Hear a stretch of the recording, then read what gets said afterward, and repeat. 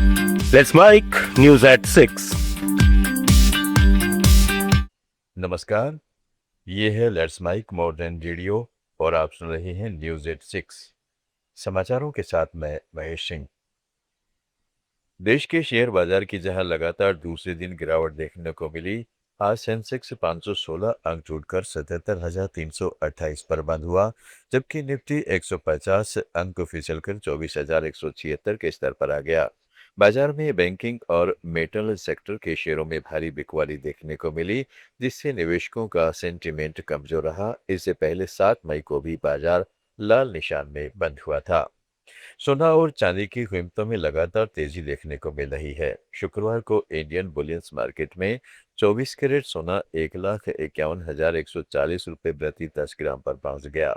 हालांकि गुरुवार के मुकाबले में इसमें 97 रुपये की मामूली गिरावट दर्ज की गई। वहीं चांदी की कीमत में बड़ा उछाल आया है और इसका रेट 3,815 रुपये बढ़कर 2,55,200 रुपये प्रति किलो हो गया। अप्रैल महीने में अब तक सोना करीब 2,783 रुपये और चांदी 10,963 रुपये महंगी हो चुकी है। भारत के समुद्री क्षेत्र में महिलाओं की भागीदारी 2020 के बाद 340% बढ़ गई है। शिपिंग और जलमार्ग मंत्री सर्बानंद सोनोवाल ने नई दिल्ली में 10वें इंडियन ओशन डायलॉग में कहा कि सागर में सम्मान जैसी पहलों से महिलाओं को समुद्री क्षेत्र में नेतृत्व और रोजगार के बेहतर अवसर मिल रहे हैं, जिससे समुद्री अर्थव्यवस्था मजबूत हो रही है। यह वृद्धि देश की व्यापार, ऊर्जा सुरक्षा और आपूर्ति श्रृंखला को और अधिक समावेशी तथा उत्पादक बनाने में मदद करेगी। साथ ही क्षेत्रीय सहयोग और सस्टेनेबल विकास को बढ़ावा देगी। देश के सबसे बड़े कारोबारी घरानों में से एक टाटा ग्रुप के भीतर इस वक्त बड़ा मंथन चल रहा है। टाटा ट्रस्ट की 8 मई को होने वाली अहम बोर्ड मीटिंग अब 16 मई तक टाल दी गई है। रिपोर्ट्स के मुताबिक इसकी वजह आंतरिक मतभेद है।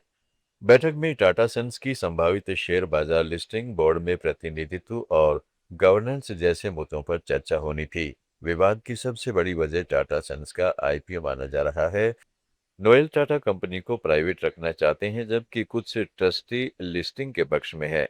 दरअसल आरबीआई के नए नियमों के तहत बड़े एनबीएफसीज को 1 जुलाई 2026 तक शेयर बाजार में लिस्ट होना पड़ सकता है और टाटा सन्स भी इसी दायरे में आती हैं। बताया जा रहा है कि नोएल टाटा और Tata Sons chairman N Chandrasekaran के बीच इसी मुद्दे पर मतभेद उभर कर सामने आए हैं।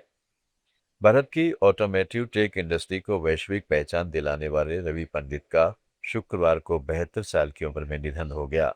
केपीटीआई टेक्नोलॉजी ने बयान जारी कर इसकी जानकारी दी। हालांकि मौत की वजह नहीं बताई गई है।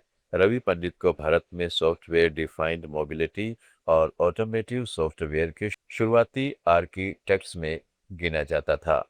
उन्होंने 3 दशकों तक केपीआईटी का नेतृत्व किया और कंपनी को घरेलू आईटी फर्म से ग्लोबल ऑटोमोटिव इंजीनियरिंग कंपनी बनाया, जिसका ऑपरेशन आज 15 देशों में फैला है।